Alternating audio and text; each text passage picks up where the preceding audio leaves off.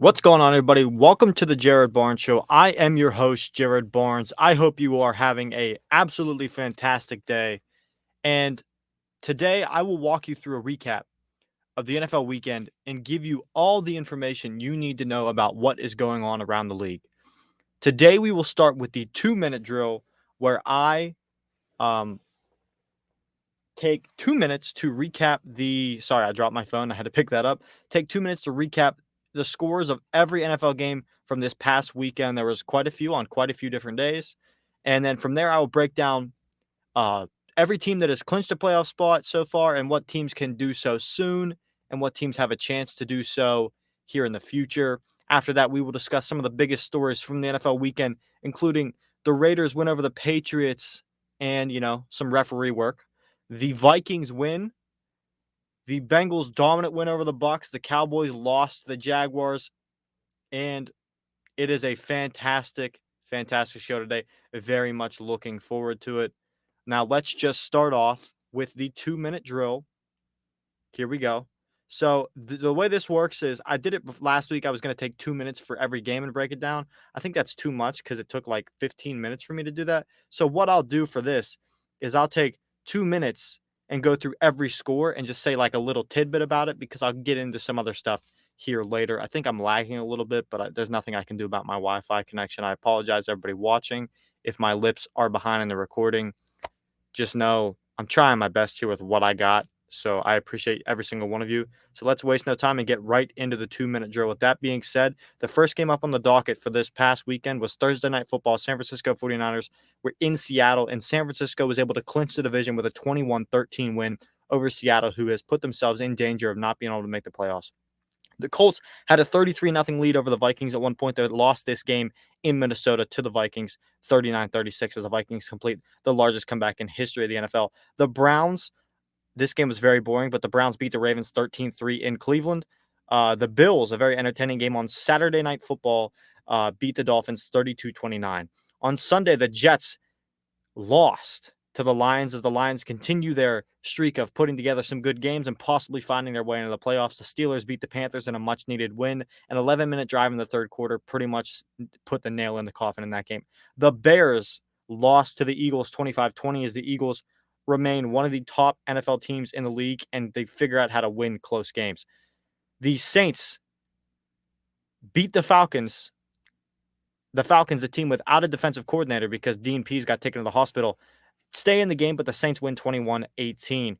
The Jaguars complete a comeback over the Cowboys and win in overtime 40-34 off a Dak Prescott interception. The Chiefs beat the Texans at 112-1 Texans 30-24 in overtime thanks to Jet McKinnon run.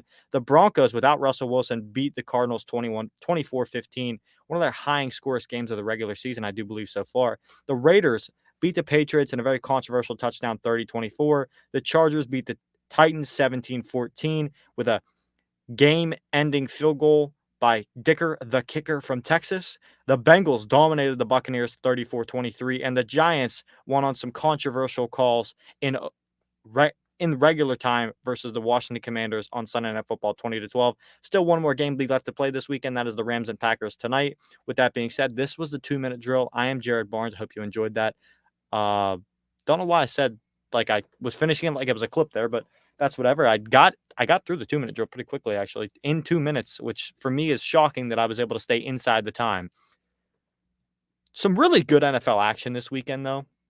And if you're sitting here after these 4 minutes have already gone by, I just want to say how much I really appreciate you guys that watch this show. It means a lot to me. I've seen in the analytics that there's some growth that's happening, and I'm very excited to see what I can do in the future. I have a lot of plans for content here in the upcoming future. I'm going to be recording quite a few videos. But with that being said, keep your eye out for stuff coming in the new year. I hope to make the new year really cool content for you guys. And like I said in the previous episode, if you watch the next episode, I said I would be wearing my Christmas sweater. I am wearing that. It is a sloth. You cannot see it very well. What I will do is I'll take a picture of it and post it on YouTube after the episode. But it is a sloth with skis. Yeah, it's just a cute little fun little Christmas sweater. We're getting close to the Christmas season, so hopefully you've gotten all your gift buying out of the way. And hopefully your NFL team is exciting you at this time of the year, and hopefully it's not disappointing like mine is with the Pittsburgh Steelers. Maybe your team's one of the teams that have clinched the playoffs so far. And with that being said, let's take a look at some of the playoff scenarios and things going on around the NFL. Oh, look at this ticker I got today. I forgot to throw that in there. If you're still watching at this point, look at that ticker. There's a lot on that ticker. Don't get distracted by it. All the NFL scores are on there. Some of my game picks will be on there. And some other sports news that I might not necessarily hit and cover today will also be discussed there. But let's move on to the playoff scenarios.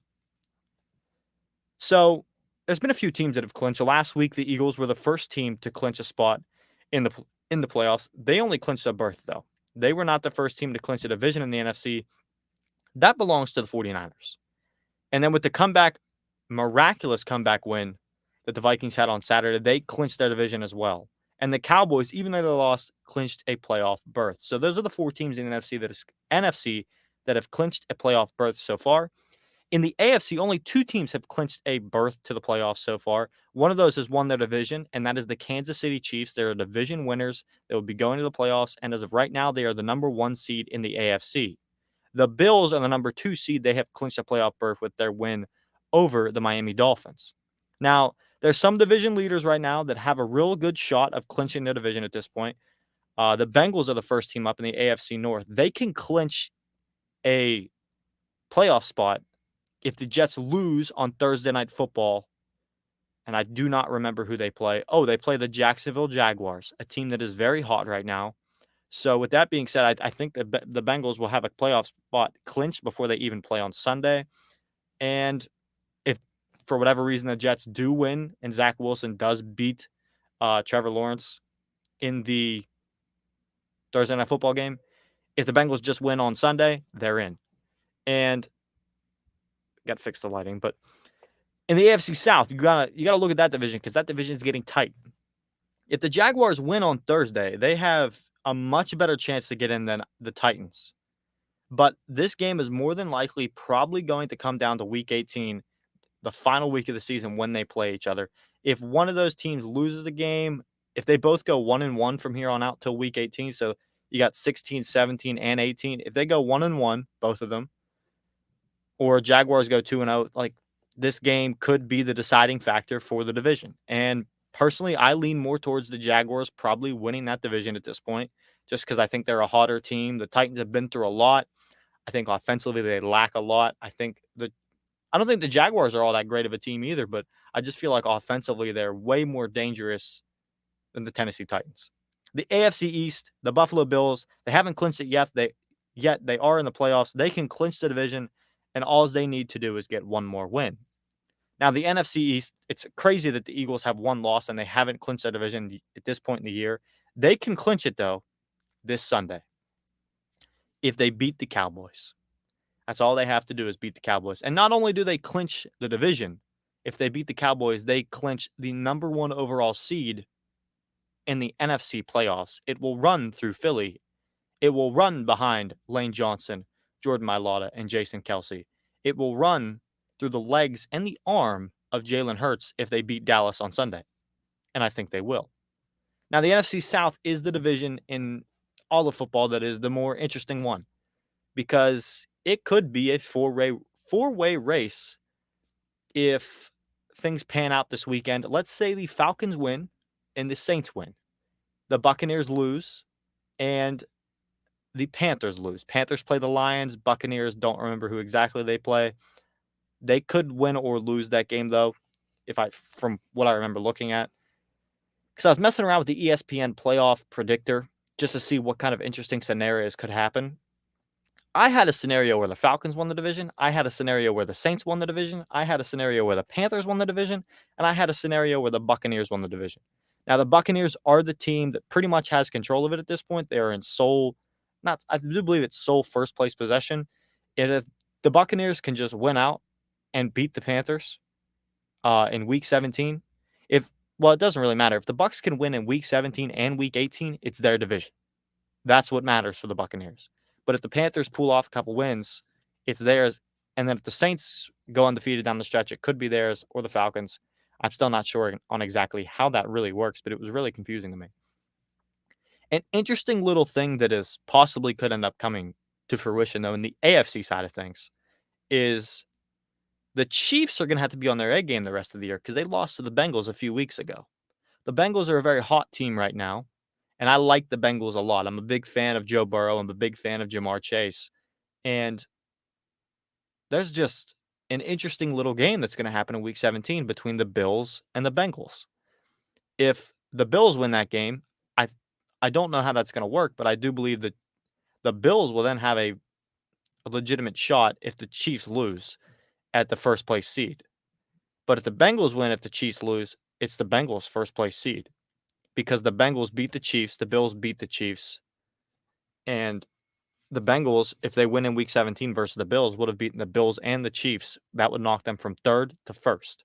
So that there's a couple games right there that are going to could really flip the seeding at the top of the AFC. And I think the Bengals have a legit shot of being the first place seed in the AFC. Although I do believe the Chiefs do not want that to happen. They want it to run through Kansas City because last year the Bengals aren't scared of not being the first seed because the Bengals went in last year to Kansas City and beat Kansas City, and I think they wouldn't be scared of having to do that again or having to go do it in Buffalo. To them, it wouldn't matter, but having an AFC divisional championship game in Cincinnati, having an AFC, you know, conference championship possibly in Cincinnati, that would be awesome.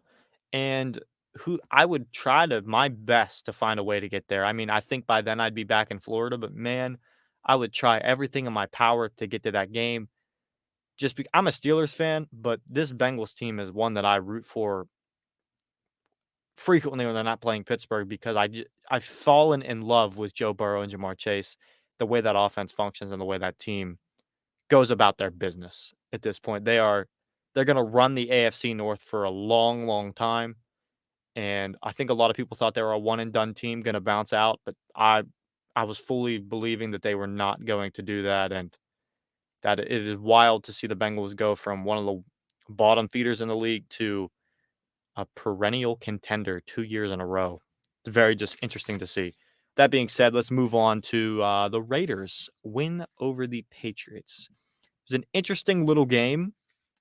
You know, let's be honest, the only conversation point from this game, because it was a boring game to watch, and it really doesn't have a whole lot of playoff implications, so who really cares about it? But both of those teams still have a shot. It's a slim chance, but it's still a shot.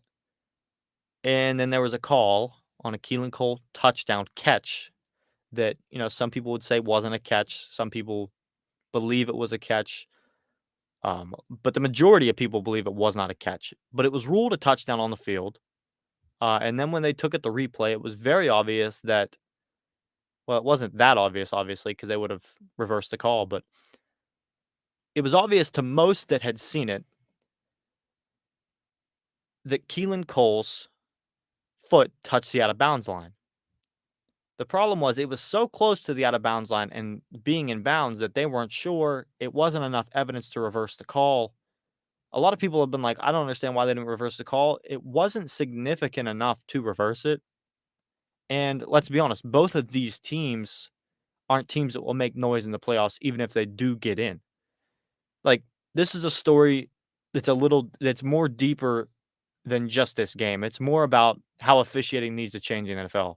A game should never, ever come down to a penalty that was missed or a penalty that a ref maybe shouldn't have called at that time in the game because their ego kind of maybe got in the way. Refs make mistakes because they're human beings, and human error is always going to be there, especially in this modern era where players are faster and more athletic than they have ever been in the history of the league. But in this history time of this league, the NFL is partnering with sports books that you can gamble with.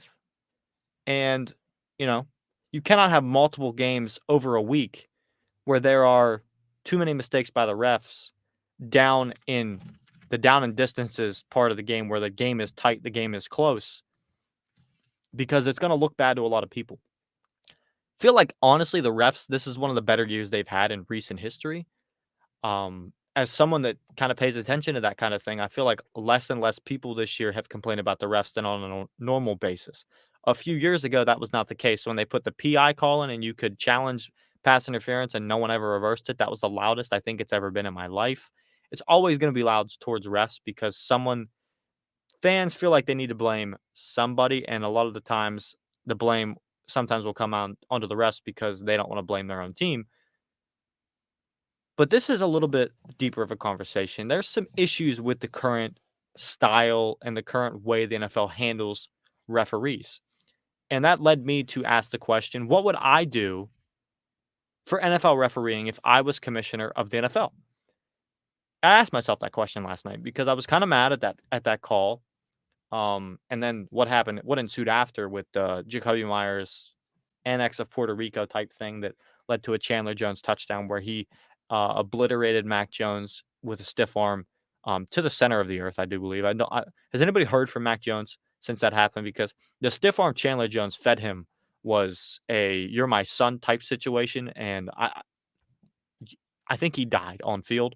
Not really, but when I asked myself the question of what would I do if I was commissioner of the NFL, just to get back to the topic here, you know, I decided to do a little more research because I don't think a lot of people realize that NFL referees are considered part-time employees. Now, they make a lot of money. Supposedly, they make $205,000 a year. If you make the playoffs, you can receive a bonus anywhere in between $1,500 and $5,000 a year. They're not poor people. Okay, let's not pretend like by being a part-time employee, they're making 30K a year. No, they're doing well. They're making six figures. Not if they're not making 205, they're probably still making six figures, but it's part-time. So they have to work other jobs. Not that they have to, but if they want to receive some type of benefit like health insurance or health care for their family, they have to work another job full-time where they can get that or pay out of the nose for it. That's up to them.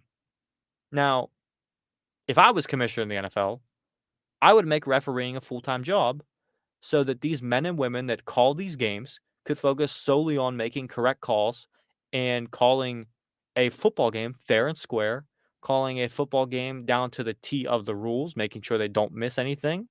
And, you know, this would be better because then they wouldn't have to worry about how are they going to take care of their kid's dentist bill? Are they going to be able to put this on insurance? Are we going to have to pay this out of pocket? They could focus on football. They could treat this like a team atmosphere. You could do, film study, because if referee was full time, there could be weekly meetings where refs meet. Could be over Zoom, could be over whatever service you want to do that through Microsoft Teams. It doesn't matter. I'd assume the NFL would do it through whoever wants to sponsor that and pay for it, because that's how the NFL works, because cash is king. But it's an interesting little conversation piece when you think about it, because if you have the refs where they don't have to worry about other jobs, where they, don't have to do other things, they can really just focus all year long on the game and how like learning the game and studying film and preparing themselves for situations, or you know knowing obscure rules when they come up, you can maybe make the correct call on a situation. Or and I think if the NFL wants to see improvement, they need to do this. They need to make refs full time. They need to find people that want to ref. So with that being said, I think the NFL should start a feeder program for refs. Recruit college players, maybe from D1 schools, D2 schools, D3 schools, any school where you can see, and like this is how I would do it. I wouldn't recruit the players. I would talk to the coaches about guys that know football really well, but maybe aren't necessarily you know, the most athletic or don't really have a shot to move on to the next level. And you start reaching out to those people and, you know, see if they can maybe want to join your recruiting feeder, whatever it may be, and however they decide to go about that. Because I'm not 100% sure how you'd really go about that, because you can have a feeder system for refs, but what are they refing? They're not refing pro football. I mean, that's probably because you don't want to put the refs that are learning how to ref pro football calling pro football. So, I think at that point, when you recruit those college players, they don't have a connection with an NFL team. I've heard some other people like Pat McAfee state that he thinks former players could maybe get into the reffing, but then there could be a little bit of a bias, and I would assume that these guys wouldn't have biases, because they were on the business side of things, and they wouldn't, But who they could have a grudge against an owner and want that guy to lose and call an unfair game, or they could have a deal with FanDuel. Like McAfee has a deal with FanDuel. Like there's other athletes. Darius Butler has a deal with FanDuel. Jason Kelsey and Travis Kelsey have a deal with DraftKings. Will Compton and Taylor Lewan have a deal with Barstool Sportsbook. Like that you're starting to get into a little trippy thing because I'd assume those guys don't want to really ref games because nobody likes refs. Refs aren't people that people like, but they can make a lot of money and you kind of have to maybe hide in public sometimes if you really have a really bad call and people want to come for your neck. But having a feeder system would be tough because they don't have a feeder league. So you'd probably have to partner with the NCAA, have some kind of connection where it's like the soccer system in Europe, where it's you can be demoted or promoted depending on your performance. And if the NFL feels like you've performed very well, you can be called up. The problem is the rules are a little different in college and the pro football landscape. So you're making different calls. Guys get ejected for targeting on a regular basis in college. That does not happen in the pros. You have to get 1 foot in college. That does not happen in the pros. You have to get 2 feet in. So I think refs could adjust to those rules, but at that point, I think the NFL would need to maybe start a feeder league. And I think at this point it would be smart because spring football is obviously a market people are dipping their toes into.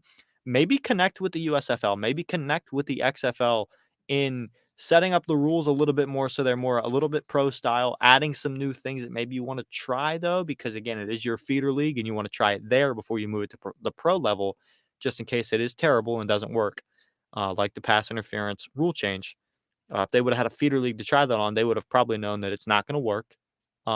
I wish they would still have the Sky Judge that the XFL had in 2020. They still haven't really added that, and I think that would be a great addition to the NFL, but they haven't done that. And I think they need a direct feeder league at this point, because this is just a whole different topic. But when you look at some of the non-skill positions like offensive line, the development in college is so poor at this point because you're playing such a system that's schemed to cover that up. And in the NFL, you really can't cover it up anymore. And then these guys get drafted high or, higher than they maybe should have been. And they get exposed early and it takes a little bit to learn. Like offensive lineman is a tough position to learn, a very tough position to play. Maybe one of the hardest in the NFL outside of defensive back, because you have no idea where the receiver's going. But I think if you create a feeder league, you'd be able to develop players, you'd be able to develop referees, you'd be able to develop rules. I think it would benefit the NFL, and you'd be able to you'd have more information on player safety as well to be able to study as well. Because I feel like this year there's been a lot more concussions, and I don't know if it's because of these new helmets or what it is, but I feel like unless it's just happening to like bigger name players, feel like there's been a lot more concussions or people getting out with a concussion, and that could be due to the concussion change rule. But if you had a feeder league, you could test these rules out and see how they would go.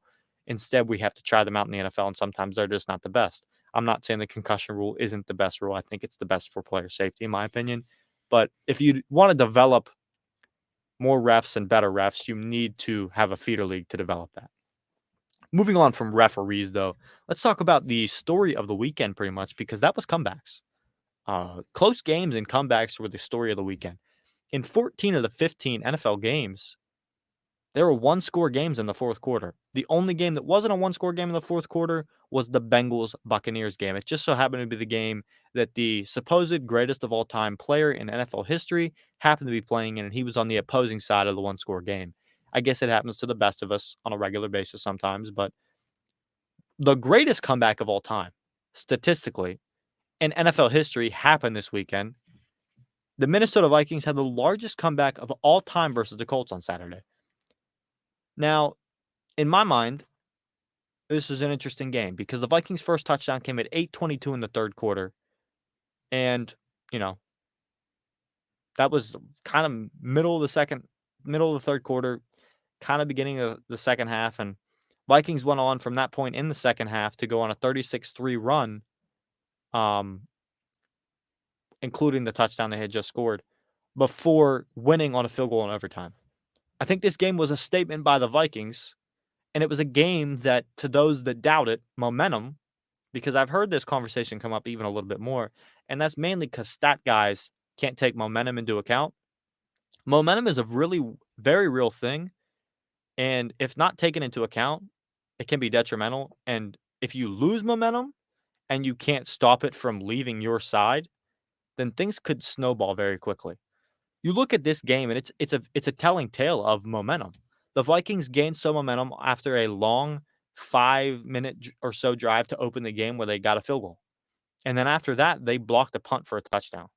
And they seized on that momentum they had and took all of it from Minnesota, specifically after Minnesota fumbled on their next drive. So Minnesota opened the game with a blocked punt and a fumble, and that led Indianapolis to really seize the moment and take all that momentum. And the Colts never looked back in that first half, you know. The Vikings were not able to correct it because they went back-to-back drives. They attempted to though. Like the Vikings attempted to correct the fact that momentum was going their away from their direction and they tried to do something to fix that. So the Vikings on back-to-back drives went forward on 4th and short and missed it. And that kept the Vikings momentum going all the way up until the second drive in the second half when the Vikings scored that touchdown. The Vikings opened up that second drive in the second half with 2 first downs, one of them coming uh, a big play, one of them coming on a negative yardage play, which had a taunting penalty, and then after that, they had, like, a 2-yard run and then a 63-yard pass to KJ Osborne, and then from that moment, you could just see, and I felt it through the TV. From that moment, when I was watching that game, you could just tell the Vikings were gonna come back. Like, I think I immediately said right after they scored a touchdown on that drive, my dad walked in, looked at the score, thought saw it was 33-7, and he was just like, "Oh, what happened to the Vikings?" And I went, "They're gonna win this game." I said, "I guarantee it." As I was watching it, I could literally just feel it. And, after the game, Kirk Cousins could barely talk. You know, it was wild because I think he could feel it too. You could feel the momentum flip just by watching it, and it was just wild. But when he was struggling to speak after the game, he was told that they just completed the largest comeback in NFL history, and he was just baffled because I don't think he expected that because in the first half, he really looked like a regular Kirk Cousins primetime game because I think he remembered in his head that, "Oh, crap, this is the only game on TV right now outside of maybe a college bowl game that Pat McAfee is calling, that I attempted to watch but had 0 desire in watching." Which I think it was hilarious that Pat was not able to watch this meltdown that the Colts had. I'm a big Pat fan, if you haven't noticed. I referenced him a lot in this episode, more than I thought I was going to, but he just popped in my mind more than a few times. But, like, oh, man, that was a meltdown by the Colts, like, an absolute meltdown. For those that were nervous that Jim Irsay was gonna hire Jeff Saturday as the new head coach, have no fear, I don't think it's going to happen. Now, has Jeff Saturday maybe fixed the culture in that building? Yes, but has that fixed the holes and problems on the roster that maybe that team has? No. Matt Ryan is the quarterback for that team. It is a shame that Matt Ryan will go down.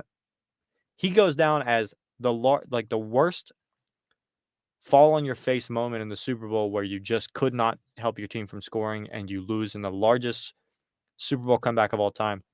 And then your name is now also attached to the largest comeback in single season history, in including playoffs. Like, it's the largest comeback of all time, including playoffs. I feel bad for Matt Ryan, but nothing he can do at this point. He's probably gonna retire after this season, and that will be the end of his career. With that being said, though, let's talk about the Jaguars' win over the Cowboys. The Cowboys are at a point in this game versus the Jaguars. They're up 27-10 in the third quarter. You know, they could have put the Jags away, but the Jaguars have done it multiple times this year where they've shown life a few times, and they showed that they don't wanna give up in these games because they have much better coaching. They have a coach that they trust. They have a coach that trusts them and that knows football a little bit. And the Jags from that point on, when it was 27-10, decided that they had to go on a 21 to nothing run and had a 4-point lead at one point over the Cowboys. Now, the second that happened, the Cowboys followed that up by scoring a touchdown, killing the Jaguars' momentum and, draining 7 minutes off the clock. And then the next possession for the Jaguars, I thought the game was over. The Clemson product, Trevor Lawrence, fumbled the football with 1:34 left on the clock. He's done it multiple times this year. I feel like he has a few fumbles. I've seen him do it every time I watched him, really. But the defense held their own and forced a 3 and out in a drive where they let the Cowboys gain 0 yards, and they gave Trevor Lawrence a shot at redemption. And then he got to overtime, and Dak Prescott gets to overtime, 3 and out by the Jaguars. Dak Prescott gets a chance to put this game away for the Cowboys. He drops back to throw to Noah Brown, and boom, an interception off a wild bounce off of Noah Brown's. I do believe it was his chest. Led to a pick six by the Jacksonville Jaguars as they were able to walk that game off and now put themselves in prime position to possibly win their division with the Titans losing this week. I think that interception was kind of telling, though. I think that interception was kind of telling. The whole game was kind of telling, but the interception specifically. Because the Cowboys are not putting teams away. They're not closing out games. They're not playing like an elite team like some would say they are. Like Nate would say on this show specifically. But I'm worried. You know, Dak isn't getting the job done. I don't think this is a team that's destined for success in the playoffs. They can run the ball well. They have a decent defense. I feel like they've allowed a lot of points, especially as of late.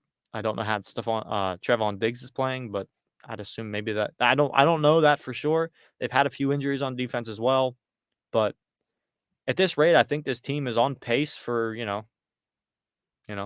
doing what they do normally. And that is a first round bounce out of the playoffs, a first round exit, either in the wild card round or divisional if they would have gotten a bye, but they're not getting a bye because Philly's getting that bye. So say goodbye to your Cowboys in the first round, Nate. Sorry to break it to you, but it's just going to happen.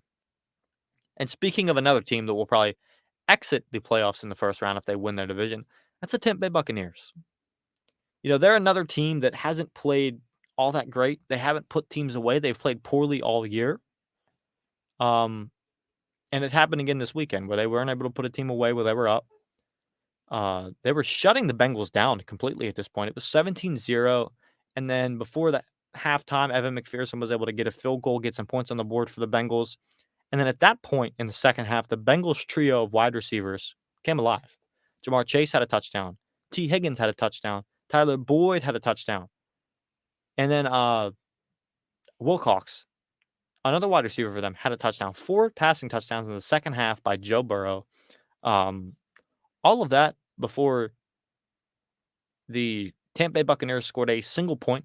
They scored a garbage time touchdown with like a minute and so to go. Failed the 2-point conversion, lost the game by 11. This game pretty much opened up the Bengals for a chance at that number 1 seed that I referenced earlier. And thanks to Cleveland, Cincy now has a extremely good chance of winning the division now because Cleveland beat Baltimore. And with Lamar Jackson unhealthy, Baltimore could drop another game at this point. Who knows what's going to happen, but that will definitely be interesting to see. With that being said, I left the Jaguars win over the Cowboys up the whole time I was talking about the Bengals. That's so unprofessional of me. I forgot to click it. That's on me, guys. But with that being said, let's just end the show with my picks for Monday Night Football because that is tonight. I hope we all get to enjoy that game. I will probably be watching a little bit on my phone. Probably going to an Overly's Country Christmas in Greensburg, Pennsylvania. For those that want to know, I'm back in PA for winter break. Probably going to go with my girlfriend, my brother, and his girlfriend. A little double date type thing. Shout out to my brother and his girlfriend for dating for 2 years. That's like a wild thing to do, because people just ain't loyal in this world no more. My girlfriend is, and his girlfriend obviously is too, because they've been together 2 years. So shout out to them. Shout out to my picks tonight for getting me the 3-0 in picks and this week, and I'm very excited about it. I'm just speaking it into existence because I feel really good about these picks. So I got Green Bay winning this game. I'm taking Green Bay money line. I really like the Packers' chances of winning this game. I think Christian Watson is going to get another touchdown tonight. He's been a touchdown machine. He's been on a tear. I don't think that stops after the bye week. And Sean McVay loves white wide receivers. Who's the white wide receiver currently on their team? Ben Skoranek. Ben Skoranek, anytime touchdown, book it. I think it's a lock. The questions going into this game, though, are can Baker repeat success of last week? And can Rodgers keep Packers alive in playoff race, even if they don't really have all that great of a chance? That'll be interesting to find out this Monday night. But with that being said, this was all I had for today. Just a short little 35-minute episode. I hope you guys really enjoyed it. If you could do me a favor, please, if you're still watching at this point, you are the absolute best. Like the uh, ticker said, comment your thoughts about your NFL team below, and let's connect in the comments, man. I'd love to talk to some of you guys in the comments. If you wanna shoot me a DM and tell me about your NFL team on Instagram at the Jared Barnes Show, feel free to do so. You guys are the absolute best. You guys make this show what it is, and I'm very thankful for you guys that do watch, especially to these points in the episode. It's fantastic to hear from you guys. Uh, Comment something positive down below as well, uh, to somebody you're thankful for, something that you love about Christmas as well. And yeah, let's enjoy it. Hope you guys enjoy the ticker. Hope you guys enjoyed this episode. It's been fun. I will see you guys later this week. I am going to Ohio for a basketball tournament.